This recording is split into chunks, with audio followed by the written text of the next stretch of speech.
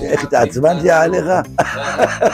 הכרנו בעצם. דודי, האמת שהכרתי את מאור מאלקינצ'ו דרך דודי המעצב. ואז הייתי בתצוגה, התרשמתי לטובה, אבל עדיין אמרתי אני רוצה לבדוק עוד מקומות. הלכתי לעוד מקומות ואז באתי בלב שלם למאור. החלטתי שאני עושה אצלו.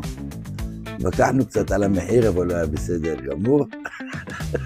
ואני לא מצטער, הכל יצא בינגו כמו בתכנון. לידור היה 10, אין מה להגיד. ליווה אותי כל שאלה, כל תכנון, אפילו הגיע לשטח, סימן לי גם העבודה, גם איכות העבודה, גם השירות, גם הבעלי מקצוע שהגיעו לפה. כל בעל מקצוע ואני יודע להבחין.